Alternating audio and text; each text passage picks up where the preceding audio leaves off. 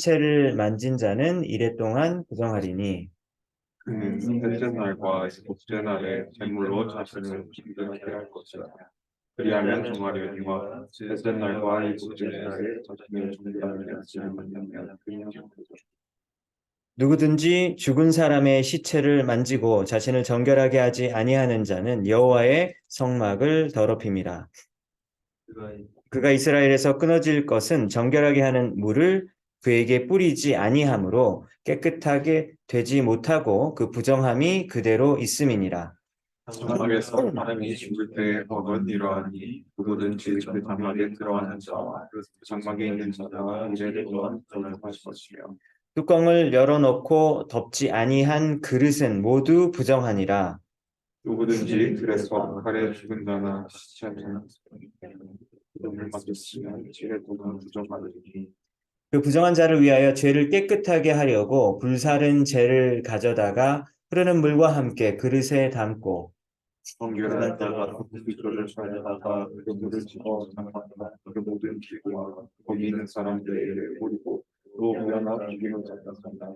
이제나 무덤을 만든 자에게 뿌리되 그 정결한 자가 셋째 날과 일곱째 날에 그 부정한 자에게 뿌려서 일곱째 날에 그를 정결하게 할 것이며 그는 자기 옷을 빨고 물로 몸을 씻을 것이라. 저녁이면 정결하리라. 하나님의 인도하고 모습을 정결하게 하지 않는 여호와의 성소를 더러니 그러므로 회중 가운데서 마실 것이라 그는 정결하게 하는 물로 부인을 받지 않으셨으니 부정하다고 하니라. 이는 그들의 영구한 율례니라. 정결하게 하는 물을 뿌린 자는 자기의 옷을 빨 것이며 정결하게 하는 물을 만지는 자는 저녁까지 부정할 것이며. 부정한 자가 만진 것은 무엇인지 부정할 것이며 그것을 만지는 자도 저녁까지 부정하리라. 아멘. 네, 오늘 읽은 성경의 이 내용을 보면요, 계속해서 반복되는 패턴을 발견하실 수 있을 것입니다. 그리고 오늘 이 말씀의 중요한 주제는 뭐가 깨끗하다, 뭐가 더럽다. 그러니까 이거를 ceremonially unclean 이렇게 얘기하거든요. 그러니까 의례적으로, 의식적으로, 종교적으로 더럽혀지는 경우. 그리고 만약에 더럽혀졌다면 어떻게 다시 깨끗하게 되어질 수 있는가, 뭐 이런 내용들이 나와 있죠. 그래서 어떻게 하면 사람이 더럽혀지는가에 대해서 오늘 본문의 내용을 보면요, 시체를 만지거나 그리고 시체가 있는 장막, 이제 텐트, 그때 이제 지금 민수기니까 지금 광야의 여정 중에 있잖아요. 약속의 땅, 가나안 땅으로 가고 있는 그 광야의 여정 중에 있습니다. 그래서 장막 텐트에 살고 있단 말이죠. 사람들이 죽지 않겠습니까? 40여 년 동안 죽는 사람도 분명히 나왔겠죠. 그리고 지난주에 보았듯이 고라자손의 반역 때문에 많은 사람들이 이렇게 막 단체로 죽는 일도 벌어졌습니다. 그렇기 때문에 이 죽은 사람이 있었을 때 어떻게 행동을 해야 되는지가 굉장히 또 중요한 일이었었겠죠. 그러니까 만약에 텐트 안에 죽은 사람이 있는 경우에 그 안에 있는 모든 것들이 이렇게 더럽혀진다라는 이야기가 나왔습니다. 그리고 뭐 들에서 칼에 죽은 자나 시체 아니면 사람의 뼈, 무덤을 만진 자 이런 사람들도 더러워지고 그 더러워짐이 7일 동안 계속되어질 거다라고 이야기를 했죠. 그럼 그 다음에 깨끗해지는 방법에 대해서도 오늘 이야기했죠. 오늘 본문 말씀해 보니까 세 번째 날과 그리고 일곱 번째 날에 물로 이렇게 뿌리라는 거예요. 물로 이렇게 스프링클을 하는 겁니다. 이렇게 탁탁 뿌리는 거예요.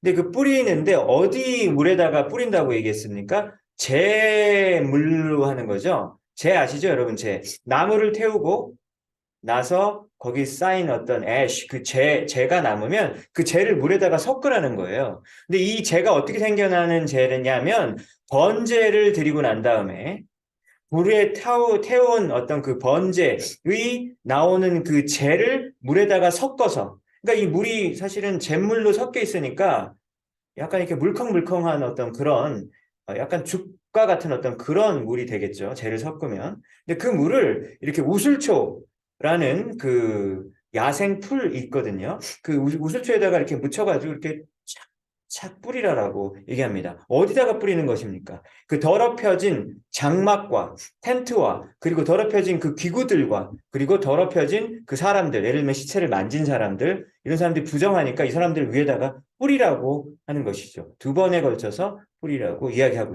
있습니다. 자, 그렇게 이렇게 뿌린 사람마저도 그 사람이 이제 정결한 사람이어야 하는 거죠.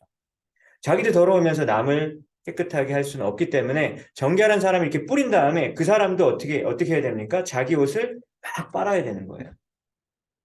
그리고 자기 몸도 물로 씻으라고 이렇게 되어져 있습니다. 그렇게 하면은 정결하다고 이야기하고 있어요. 여러분, 근데 여기서 더럽혀진다라고 이야기했을 때, 그러면 이 사람 되게 냄새나고 위생적으로 지저분한가 보구나, 이렇게 생각할 수 있잖아요. 근데 여기 본문에 보세요. 뭐라고 나왔냐면, 하나님 앞에 나올 수 없다고 되어 있잖아요.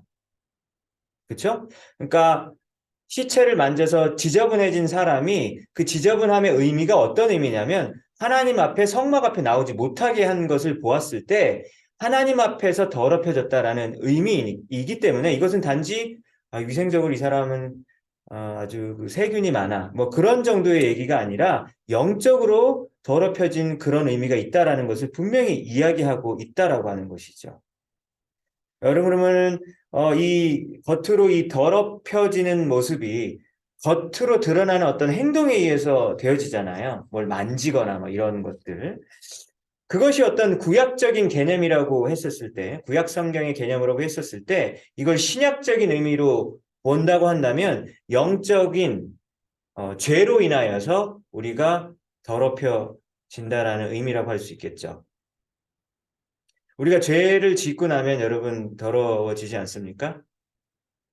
물론 여러분이 죄를 지고 난 다음에 옆에 사람이 봤을 때 너 오늘 왜 이렇게 냄새가 나니? 이러지는 않잖아요. 그죠? 그런 걸로 파악이 되어지지 않죠. 보이지 않는 어떤 그런 하나님만이 아실 수 있는 그것에 의해서 더럽혀지는 거죠. 옷은 말끔하게 입었어요. 그리고 장소도 교회에 와 있어요. 그리고 모양도 기도하는 모양입니다. 그런데 죄를 지을 수 있잖아요. 그러니까 그렇게 거룩하고 경건해 보이는 모습 가운데 있지만 사실 더럽혀질 수 있잖아요. 마치 뭐 같은 모습이죠? 회칠한 무덤과 같은 모습일 수 있다라고 하는 것이죠. 자, 여기서 이제 깨끗하게 하여지는 것도 잘 보면요. 번제에서 남겨진 그 재를 물과 섞어서 그것을 뿌림으로 인하여 깨끗하게 되어진다. 뭐 이런 의미가 있습니다. 그렇다면 이것에 번제로 이 잿물로 뿌리는 게 이게 왜 깨끗하게 만드는 걸까? 더군다나 영적인 것을. 여러분, 이것에 대해서도 우리가 생각해 보면 좋겠습니다. 시체와 접촉하여 더럽혀진 것이 물과 접촉하여질 때 깨끗해진다라고 하는 이 모습이잖아요. 그렇죠? 무엇과 접촉을 했는지야, 터치를 했는지에 따라서 내가 더러워질 수도 있고 깨끗해질 수도 있다라고 하는 것을 이야기하는 겁니다. 자, 여러분, 오늘은 이제 그래서 민수기 19장에서 나오는 더럽혀지는 경우를 봤지만 모세오경 좀 전체적인 면에서 여러분 더러워지는 경우 여러분 생각해 보실 수 있으시죠? 언제 하나님이 부정하다고, unclean하다고, ceremonially unclean하다고 얘기했습니까? 첫 번째, 먹는 것 때문에 우리가 부정하고 더럽혀질 수 있다고 얘기하죠? 먹는 것 때문에. 자, 하나님이 금지한 어떤 그런 음식 품목들이 있지 않습니까? 예를 들면 책임질을 하고 책임질이 뭐죠? chew the cud라고 해가지고 이렇게 소 같은 걸 보면은 계속 이렇게 우물우물 하고 있잖아요. 쟤는 먹을 거를 몇 시간 전에 줬는데 왜 계속까지 우물우물 하고 있지? 왜 그러죠? 배는 이렇게 한번 넘겼다가 그 위에서 다시 넘어가가지고 또 한 번 씹는 거잖아요. 좀 되게 사람 생각하면 너무 더럽다라는 생각이 되지만 그렇게 되새김질을 하잖아요. 되새김질을 하고 굽이 어떻게 돼야 돼요, 여러분? 굽이 갈라져야 되죠. 굽이 갈라진 동물을 이게 두 개를 충족하는 그 동물만 먹으라고 얘기했습니다. 그러니까 소고기는 먹을 수 있고 돼지고기는 먹을 수가 없어요. 물에 있는 것도 비늘과 지느러미가 동시에 있는 것들만 먹을 수 있는 거잖아요. 그러니까 그런 거 아닌 경우에는 먹을 수가 없다. 뭐 이런 먹는 것에 대한 것으로 깨끗해지고 부정해진다라는 것이 모세오경에 나오잖아요. 예를 들면 여자가 임신하여 애를 낳았어요. 그래서 아들을 낳을 때 며칠, 딸을 낳을 때 며칠 동안 깨끗하지 못하다고 얘기를 해요. 그래서 이게 현대인의 개념에서 이게 무슨 여성차별적인 말이 아니면 이해가 안 되잖아요. 근데 뭐 한국에서도 보면 3, 7일 동안, 21일 동안 이렇게 새끼줄 쳐놓고 못 들어가게 했던 거 아시죠, 여러분? 그러니까 뭐 그런 것과 연관이 돼 있나라는 생각이 들기도 합니다. 근데 어쨌든 임신하여 아이를 낳은 직후에 그때 부정하다라고 모세율법에서 얘기하고 있어요. 또 어떤 경우가 부정하죠? 피부병이 있으면 그렇다고 얘기하죠. 피부에서 막 고름이 흘러나오거나 아니면은 이제 옛날에 이제 문둥병이라고 얘기해주던 이제 문둥병이라는 말은 단어는 쓰면 안 되죠. 한센병이나 아니면 아주 지독한 피부병에 걸린 사람들은 그 사람들은 이렇게 부정하다고 여겨져가지고 집 밖으로 나가라 그랬어요. 그러니까 무리해서 못 살고 너 나가라고 얘기하는 거죠. 그러니까 우리가 이게 현대적인 개념을 생각하면 이거 말도 안 되는 이야기처럼 보여집니다. 또 유출병이 있는 경우에도 더럽다고 얘기했죠. 예를 들면 정액이나 아니면은 고름이나 아니면 여성의 생리 이런 현상이 있는 것을 보고 그럴 때 있을 땐 또 이게 세리머니얼리 언클린이 되는 거예요. 지금 현대 이해가 잘 안 되죠. 그리고 오늘 본문에 있는 것처럼 시체를 만지거나 아니면 벌레를 만지거나 만졌을 때에도 이 사람은 부정한 것으로 한주가 되어졌습니다. 여러분 그래서 이런 내용이 구약 성경에 나올 때 우리는 도대체 이걸 어떻게 이해해야 하냐라고 하는 겁니다. 우리 한 가지 공통점을 보면 이렇게 되는 거예요. 모세오경에서 겉으로 드러나지는 모습 때문에 아니면 겉으로 행동을 하거나 아니면 보여지는 모습이나 이렇게 막 뭐 흘러나오거나 이런 모습들, 이런 행동으로 인해서 하나님 앞에서 더러워지고 불결해진다라는 어떤 그런 정결 예법이 있었잖아요. 근데 이 구약의 율법이 나중에 신약 성경에서 어떻게 해석이 되어질 수 있는지를 우리가 이해해야 된다라고 하는 것이죠. 근데 이렇게 지금 모세율법이 분명히 이렇게 규정이 되어져 있는데 이걸 문자 그대로 다 어느 경우에만 항상 적용하려고 할 때 좀 문제가 되죠. 왜냐하면 성경 안에서도요, 이 모세율법에 반대되어지는 그런 내용들이 성경에 사실 나오게 됩니다. 여러분 오늘 본문에서 분명히 시체를 만지면 안 된다고 얘기했잖아요. 근데 여러분 열왕기 하에 보면은 엘리사가 하나님의 선지자 엘리사가 수넴 여인의 아들이 죽었었잖아요. 기억나십니까? 수넴 여인의 아들이 죽었을 때 엘리사가 살려내잖아요. 그럼 살려낼 때 어떻게 살려내죠? 눈은 눈으로 마주치고 입은 입이랑 마주치고 그렇다는 거예요. 어떻게 한 거죠 이게? 그러니까 온몸을 이렇게 딱 한 거예요. 이렇게 시체 위에 딱 올라타가지고 이렇게 딱 정말 무서운 모습이지 않습니까? 그러니까 온몸으로 터치를 하는 거예요. 누구랑? 시체랑. 그럼 여러분 이미 민수기 19장을 위배하는 거잖아요. 지금 엘리사가. 그렇잖아요.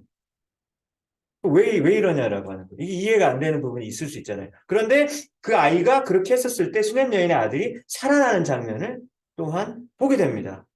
근데 여러분 엘리사만 그랬나요? 아니잖아요. 예수님도 죽은 사람들을 살려내는 장면들이 막 나오잖아요. 그렇죠? 그리고 예수님도 그 나병 환자, 분명히 나병 환자 아까 만지면 안 된다고 나와 있잖아요. 왜냐하면 부정하다고 했으니까. 근데 나병 환자를 어떻게 하세요? 예수님이 고치실 때.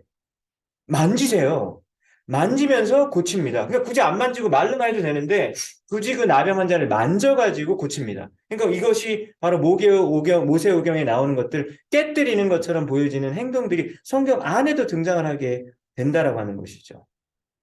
그래서 모세율법에 의하면 또 아까 그 먹는 규정 뭐 돼지고기를 우리는 지금 먹고 있고 또 오징어도 먹고 있고 막 간장게장도 먹고 있잖아요. 근데 사실 게 같은 것도 이거 먹으면 안 돼. 지느러미가 없으니까 먹으면 안 되는데 막 이런 거 우리는 맛있게 먹고 있다라고 하는 것이죠. 그래서 이 부분을 어떻게 생각을 해야 될까 생각해 볼 때 예수님이 이런 말씀을 하셨습니다. 마태복음 15장 11절을 보면 뭐라고 나와 있죠? 입으로 들어가는 것이 사람을 더럽게 하는 것이 아니라 입에서 나오는 그것이 사람을 더럽게 한다라고 이야기했습니다. 여러분 구약 성경에서는 입으로 들어가는 것 때문에 더러워진다고 방금 얘기했잖아요. 근데 그 율법을 주신 분이 누구시죠? 하나님이죠. 예수님도 하나님이잖아요. 그러니까 하나님이 하나님의 그 율법을 지금 모순되게 만드는 것입니까? 아니겠잖아요. 그죠? 그러니까 아닐 텐데 그럼 우리가 이걸 어떻게 이해되느냐를 생각해 보았으면 좋겠어요. 그러니까 입으로 들어가는 것이 지금 더럽혀지게 하는 것이 아니라 입에서 나오게 하는 것이 오히려 더럽게 한다라고 예수님이 말씀. 그 말을 한 이유가 뭐였냐면 바리새인들이 예수님을 욕했거든요. 왜냐면 제자들이 손을 씻고 음식을 먹어야 되는데 손을 안 씻고 막 허겁지겁 막 먹었나 봐요. 그러니까 그 모습을 딱 캐치하고 바리새인들이 니네 제자들은 율법대로 씻지도 않고 먹으면 어떡하냐고 얘기하니까 예수님이 뭐라 그래요? 들어가는 것이 더럽히는 게 아니다. 입에서 나오는 게 더럽히는 거다. 입에서 나오는 게 뭘까요? 말이거든요. 말, 언어. 네가 지금 하는 그 말, 바리새인들이 그 정죄하는 말, 그리고 네 마음속에 있는 그 마음의 표현이 말이잖아요. 그래서 사실은 그 마음이 들어온 거지 입으로 들어가는 그 음식, 겉으로 보여지는 그런 것이 사실 사람을 더럽히는 것이 아니다라고 하는 거예요. 여러분 그러면 이 예수님의 말씀이 구약의 말씀도 해석할 수 있는 거겠죠. 그러니까 하나님께서 모세율법을 궁극적으로 주신 그 이유와 목적이 무엇이냐라고 하는 겁니다. 그것을 문자 그대로 항상 지키게 하는 거, 그게 아니다라고 얘기하는 것이죠. 여러분 그 목적은 그러면 무엇일까요? 사람의 생명을 살리게 하는 것이 율법을 주신 목적인 거죠. 예를 들면 지난주 수요일에 살펴봤던 것처럼 고라와 다단과 아비람과 온과 같은 그 네 명의 그 반역자들이 있었잖아요. 그 사람들이 하나님의 큰 심판을 받고 죽었습니다. 그래서 광야에서 여행을 하다 그렇게 떼죽음을 당하는 경우가 있다라고 하는 것이죠. 여러분 지진이 일어나가지고 아니면 전쟁이 일어나가지고 막 시신들이 막 길에 막 쌓여 있을 때 며칠 지나고 나면 여러분 뭐가 돈다 그러죠? 전염병이 돌죠. 그쵸? 왜냐면 시신들이 막 길에서 썩으면서 거기서 온갖 이런 것들이 나오면서 전염병이 확 휩쓸 수 있는 거라고 하는 거죠. 왜냐면 거기서 나오는 그것들이 지하수로 스며들었을 때 그 물을 마시게 됐을 때 전염병이 돌게 되고 사람이 막 죽는 일이 벌어지게 되는 거예요. 근데 아까도 말했듯이 광야에서도 이렇게 떼죽음을 당하는 일이 많이 있었기 때문에 하나님께서 시신을 만지지 말라고 얘기하는 거예요. 왜 자꾸 만지지 말라고 할까? 그럼 그 사람들에게 이 세균에 대한 이런 이야기들을 말을 해야 되지 않겠습니까? 그러니 죽으니까 죽지 말라고 이런 얘기 하는 거야. 근데 모세오경에 세균에 대한 얘기는 안 나오잖아요. 왜냐면 성경은 과학책이 아니기 때문이죠. 그렇기 때문에 뭐 이런 이유를 왜 설명을 안 했나 하지만 하나님은 이미 이 온 세계를 만드신 분이기 때문에 당연히 그것을 알고 있으시겠죠. 그런데 성경은 과학 설명서가 아니기 때문에 굳이 그 말을 하지 않고 그냥 만지지 말라라고 이야기합니다. 그 이유는 뭘까요? 이 공동체 전체를 살릴 수 있는 방법이에요. 여러분 금지한 음식물들 중에서 또 목록 중에서 이렇게 먹었을 때 식중독에 걸릴 수 있는 그런 음식들이 많이 있죠. 예를 들면 뭐 야생 막 독수리 같은 거 이런 거 먹다가 요즘에도 이 새 야생 새 때문에 뭐 조류독감 이런 얘기 하다가 막 사람들이 많이 죽잖아요. 근데 뭐 그런 걸 일일이 설명하지 않고 그냥 아예 그런 야생 짐승들 목록들 이런 것들 목록들은 먹지 말아라라고 이렇게 이야기를 하는 그런 부분들이 이유 부분에서 분명히 있다라고 하는 겁니다. 그리고 그래서 율법을 궁극적으로 주신 이유가 뭐냐면 이 하나님의 백성들을 사실 살리고 이 생명으로 인도하기 위함이었다라고 하는 것이죠. 또한 죄를 짓지 않게 함으로 정결하게 살아가는 어떤 그런 거룩한 삶을 살기 위한 거. 여러분 그것도 결국은 영생을 얻기 위한 길로 인도하는 것이지 않겠습니까? 여러분 이것이 바로 율법이 우리에게 주어진 궁극적인 목적이다라고 하는 것이죠. 우리를 보호하고 그리고 우리를 살리는 말씀이다라고 하는 겁니다. 여러분 그래서 그것을 이미 다 알고 있기 때문에 예수님은 한참 지나고 나서 그 율법을 마치 깨는 것처럼 바리새인들 입장에서는 보여졌겠지만 사실 그 율법을 문자 그대로 어느 상황에서든지 정확하게 지키지 않으면 막 벌 주고 아니면 안 주는지 막 서로 감시하고 있고 이러고 주라는 것이 아니다라는 것을 예수님이 다시 한번 정정해서 말씀을 해주시는 것이죠. 하나님이 막 우리에게 여러분 신앙생활 하시면서 이거 해라, 이거 하지 말아라. 그래서 막 제한하고 지시하고 막 구속하기 위해서 여러분 우리에게 주신 것입니까? 하나님의 말씀은 그런 목적과 이유가 아니다라고 하는 것이죠. 오히려 우리에게 삶의 바운더리를 정해주심으로 하지 말아야 될 거 할 것에 대한 분명한 선을 그어주심으로 그 안에서 살 때 우리가 어떻게 되는 거죠? 가장 풍요롭고 가장 행복하고 가장 번성하게 살 수 있지 않습니까? 하나님은 그것을 우리에게 말씀하시기 위해서 오늘 본문과 같은 이런 여러 율법들을 주신 것입니다. 하나님이 남자와 여자를 창조하셨다고 그랬잖아요. 그래서 이 말씀이 창세기에도 나오고 그래서 이제 남자와 여자가 결합하여 가정을 이루라라고 말씀하십니다. 근데 예수님이 또 이 말씀을 인용하셨잖아요. 그 말은 무엇입니까? 그 말씀이 창세기에만 있는 것이 아니라 신약에서도 이것이 분명히 통하는 말씀이다라는 걸 컨펌해 주시는 거잖아요. 예수님이. 근데 이제는 사람들이 뭐라 그러죠? 성별에 대해서 뭐라고 얘기합니까? 생물학적 뭐 성별이 있고 사회적으로 내가 취하는 성별과 있어서 그게 섹스하고 젠더의 차이가 있다 이렇게 얘기하잖아요. 여러분 그건 누구의 주장인가요? 사람의 주장이잖아요. 그래서 이 사람이 분명히 남자예요. 근데 그 사람이 뭐라고 얘기하죠? 나보고 히라고 하지 마, 쉬라고 해줘. 이렇게 요구합니다. 이제 이런 세상이 됐어요. 그래서 그 남자한테 쉬라고 또 요구를 했는데 쉬라고 얘기 안 하죠? 그럼 어떻게 해요? 막 뭐 소송 걸고 막 난리가 납니다. 그럴 때 뭐라고 얘기하죠? 날 대의라고 부르라고 얘기해요. 대의는 복수형이잖아요. 근데 이제 복수가 아니라 나는 이제 중립이니까 난 제3의 성이기 때니까 날 이제 대의를 불러달라고 이렇게 요구하는 세상이 됐어요. 그래서 만약에 원래 이 사람이 이름이 제인이거든요. 근데 제인 보고 갑자기 나 오늘부터 데이빗이야 이러는 거예요. 날 데이빗이라고 부르지 않으면 막 수하고 그리고 회사에서 잘리고 막 이런 일이 벌어지고 있는 거잖아요. 그럼 이런 것은 다 어떤 것입니까? 하나님이 정해주신 분명한 율법의 바운드리를 벗어나게 되는 거예요. 근데 사람들은 뭐라고 얘기하면 막 사람의 인권이다 막 이렇게 얘기하잖아요. 여러분, 근데 젠더를 어떻게 사람이 정합니까? 내가 생각해보고 나 젠더를 이제 뭐 해야겠다 이렇게 하고 정하는 게 젠더 맞나요? 아니잖아요. 근데 이제는 점점점 그런 세상으로 가고 있다라고 하는 겁니다. 하나님이 주시는 그 바운더리를 넘어가게 될 때 우리는 행복을 빼앗길 수밖에 없고 오히려 혼란과 불행으로 빠져갈 수밖에 없다라는 사실을 인간이 알아야 한다라고 하는 것이죠. 피조물은 창조주가 만드신 그 법칙을 따를 때 오히려 더 번성하고 번창할 수 있는데 오히려 그렇지 못하다라고 하는 이 인간의 이 반역함, 그 교만함을 보게 되는 것을 우리는 분명히 알 수 있습니다. 여러분, 이 율법을 통해서 하나님께서 우리를 향한 사랑을 느낄 수 있지 않습니까? 그렇죠? 그리고 두 번째로 한번 볼게요. 어떻게 깨끗해질 수 있는가? 아까 그 더러워지는 경우에 ceremonially unclean 할 때 어떻게 하라고 그랬냐면 진 밖으로 나가야 되는 경우도 있어요. 그래서 무리에서 강제로 떨어져서 더 이상 다른 사람들과 접촉하지 못하도록 하게 하는 것이죠. 왜냐하면 죄에는 전염성이 있고 그리고 또 실제로 위생적으로 지저분한 경우에 같이 붙어 있을 때 남은 사람들도 다 죽게 되기 때문이죠. 또 오늘 본문에서 보는 것처럼 3일째나 그리고 7일째 될 때 이렇게 두 번이나 물로 씻게 했었던 경우가 있다라고 하는 것이죠. 그래서 그 의식을 다 하고 나서 막 자신의 옷을 빨고 그리고 막 몸으로 샤워를 하고 이런 모습이 있다고 그랬어요. 근데 여러분 아까 잠깐 얘기했죠. 그러면 씻는 것에 아까 그 더럽히는 것의 영적인 의미는 살펴보았는데요. 그러면 물로 씻는 것의 영적인 의미가 무엇이겠냐라고 하는 겁니다. 번제단에서 타고 남은 잿물로 사람을 씻고 그리고 옷을 깨끗하게 빨고 샤워를 하고 이렇게 물로 깨끗하게 씻는 것에 영적인 의미가 분명히 있겠죠. 그래서 히브리서 10장에 보면 이런 말씀이 있습니다. 장차 올 좋은 일의 그림자일 뿐이다. 율법이 그림자라고 하는 거예요. 무엇의 그림자라고요? 좋은 일에 대한 그림자라고 하는 거예요. 그래서 율법은 그림자입니다. 율법이 그림자예요. 그럼 그림자를 만들게 하는 원래 그 형상이 있을 거 아니에요. 원래 그 원물체는 뭘까요? 율법이 여러분 그림자라면 그 참 형상은 뭘까요? 예수 그리스도라고 할 수 있겠죠.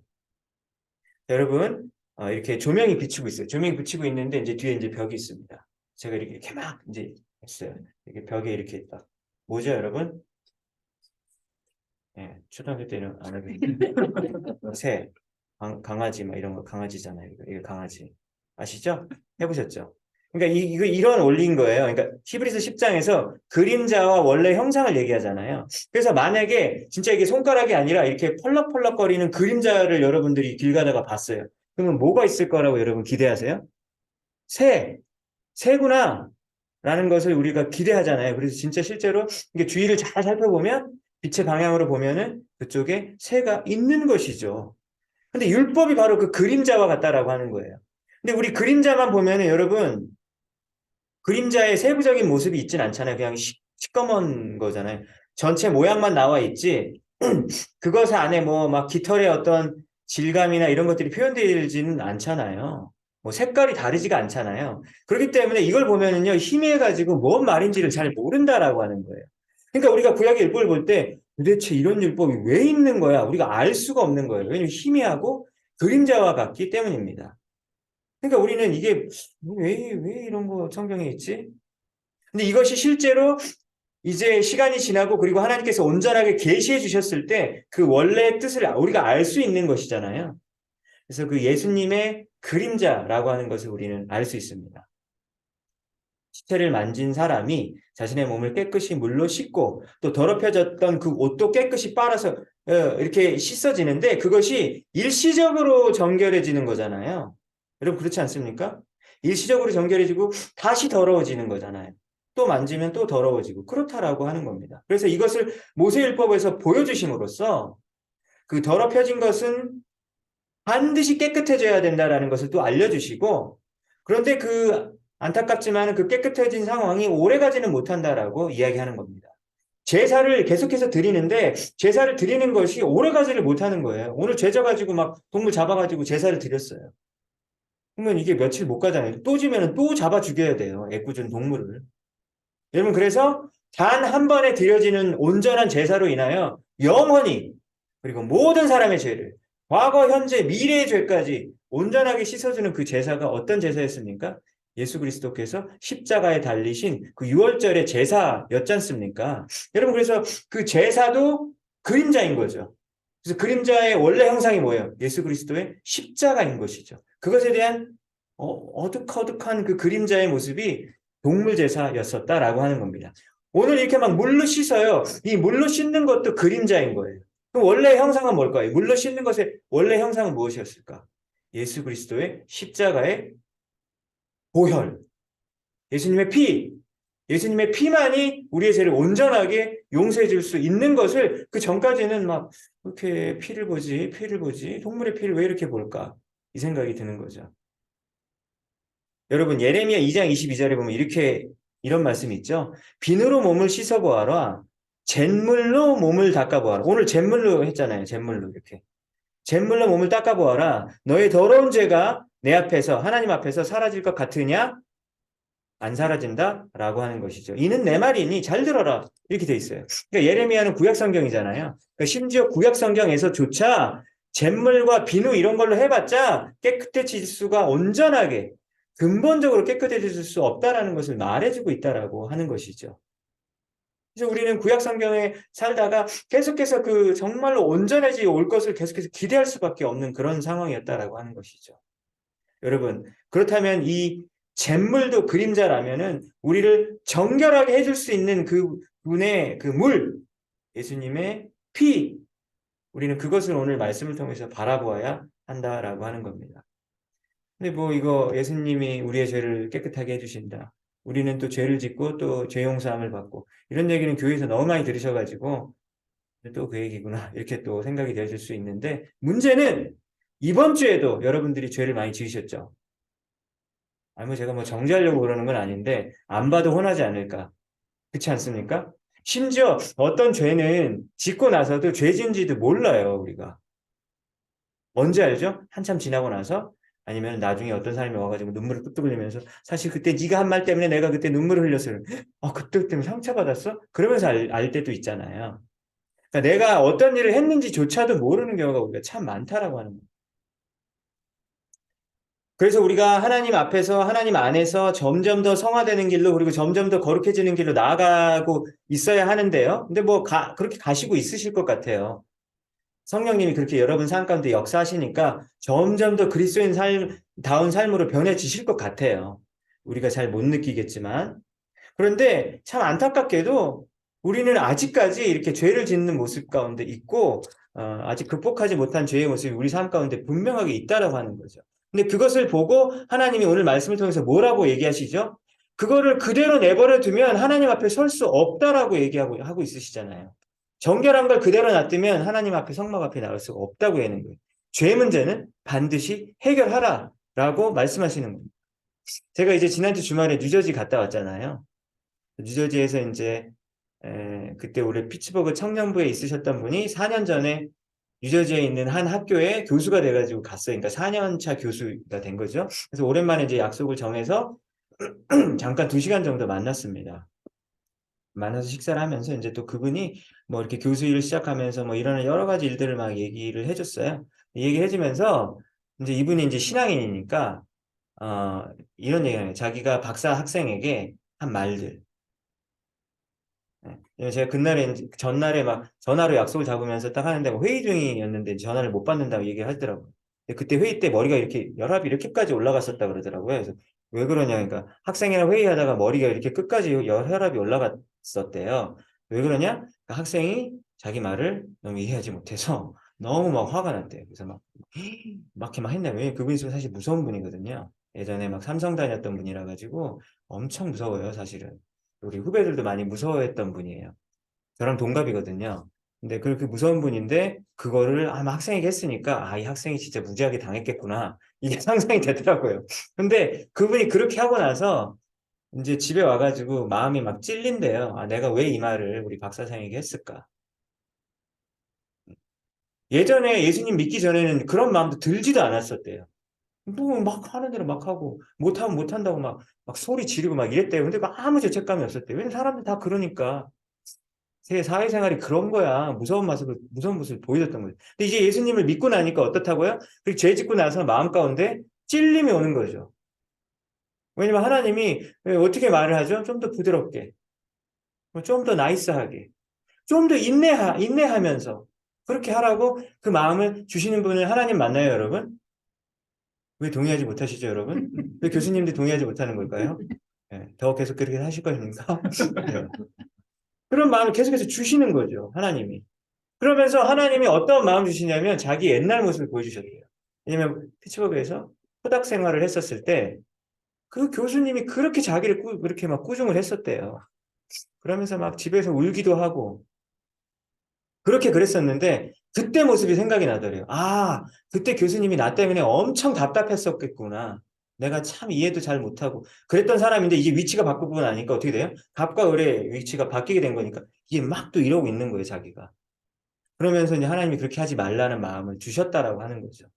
여러분, 그래서 그 얘기를 보면서, 이분이 그래도 예수님과 동행하려고 무지 애를 쓰시고 계시는구나라는 생각이 들더라고요.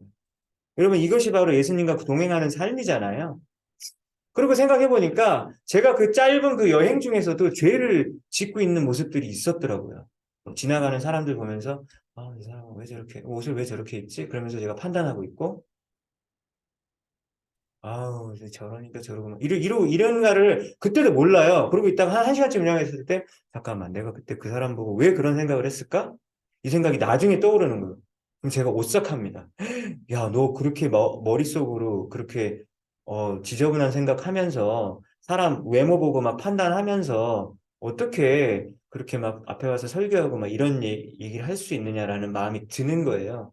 그러니까 그런 추악한 그런 죄악들을 순간순간 짓고 있다라는 것을 저도 이제 깨닫게 되더라고요. 그러면 제가 뉘우치고 회개하고 반성하고 그 죄에서 돌아올 수 있도록 여러분 노력해 하는 것이죠. 하나님의 도우심으로 내가 바뀌어야겠다. 잿물로 마치 깨끗해진 것처럼 나도 예수 그리스도의 보혈로 조금 더 하나님 내 죄를 회개하고 나아가길 원합니다. 라고 하는 거예요. 여러분들은 요즘 어떤 죄를 짓고 있습니까? 학교 직장 생활하면서 혹시 죄 짓고 있으실 수 있으시죠? 여러분들 뭐 동료, 직장 동료나 상사 아니면 아래 사람에게 죄를 지을 수도 있을 것 같아요. 잘 생각해 보십시오. 아니면 집에서 죄를 지을 수 있겠죠. 여러분 배우자에게, 남편이 아내에게, 아내가 남편에게 죄를 짓고 있습니까? 그 부분도 회개해야겠죠. 그리고 우리가 자녀에게 죄를 짓는 경우도 있습니까? 없습니까? 막 자녀에게 막 소리 지르고 막 윽박 지르고 제 얘기 막 그렇게 하는 거 죄잖아요. 그리고 우리가 부모님에게 하는 어떤 그런 죄악도 분명히 있을 것 같아요.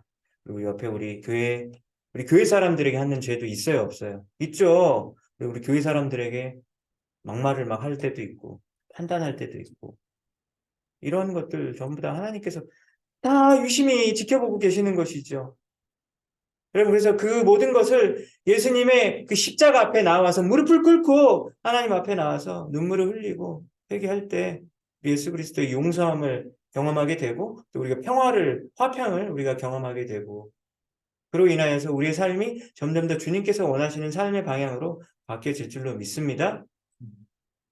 그래서 여러분 이번 한 주 동안도 또 이번 주일까지 여러분들 주님의 보혈 안에서 자유를 누리시고 또 성령님과 동행하신 여러분들 모두가 되시길 주님의 이름으로 축복합니다. 네, 여기 오늘 내용은 안전합니다. 우리 한 번만 더 우리 찬양하고